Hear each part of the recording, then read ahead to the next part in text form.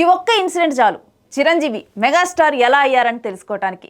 1978 ఫిబ్రవరి 11న పునాది రాళ్ళు సినిమా కోసం మొదటి సీన్ షూట్ చేస్తున్నారు. మొదటి సీన్లో మహానటి సావిత్రి చిరంజీవితో పాటు మరో ముగ్గురికి అన్నం వడ్డిస్తూ ఉంటారు. ఈ సమయంలో వీళ్ళేంటంటే కాళ్ళు కడుక్కొని అక్కడికి వచ్చి నుంచోవాలి. ముందు ముగ్గురు నుంచొని ఉన్నారు, తర్వాత లాస్ట్లో చిరంజీవి ఉన్నారు. వీళ్ళందరి సీన్లు తీసేసరికి కూడా టైం పడుతుంది కదా, అప్పుడు చిరంజీవికి ఖాళీగా నుంచోవటం చాలా కష్టంగా అనిపించింది. పక్కనే ఉన్న అసిస్టెంట్ దగ్గరికి వెళ్ళారు. వెళ్ళి దీనికి ముందల సీన్ ఏంటి అని అడిగినప్పుడు దీనికి ముందర మీరు గడ్డివాం దగ్గర గడ్డి వేసి వస్తారు అని చెప్పారు. అప్పుడు చిరంజీవి గడ్డివాం దగ్గరికి వెళ్ళి అక్కడ ఉన్నటువంటి గడ్డి పాసలను తన మీద వేసుకొని వచ్చి ఆ లైన్లో నుంచొని ఖాళీగా నుంచోకుండా ఆ గడ్డి పాసలను తీస్తున్నట్లుగా అట్లా యాక్టింగ్ చేస్తూ నుంచున్నారు.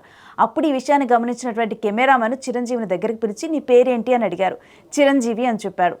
అప్పుడు ముందల సీన్ తెలుసుకొని నెక్స్ట్ సీన్ చేయాలి అన్న తన ఆలోచన చాలా గొప్పగా ఉంది అంటూ చిరంజీవిని పొగిడారు. సో ఈ ఒక్క ఆలోచన విధానం చాలదా? 70 ఏళ్ల వయసులో కూడా ఇప్పుడున్న యంగ్ హీరోస్కి చిరంజీవి ఇంత కాంపిటీషన్ ఎలా ఇవ్వగలుగుతున్నారు అనటానికి, ఆయన మెగాస్టార్ ఎలా అయ్యారని మనకు అర్థం కావటానికి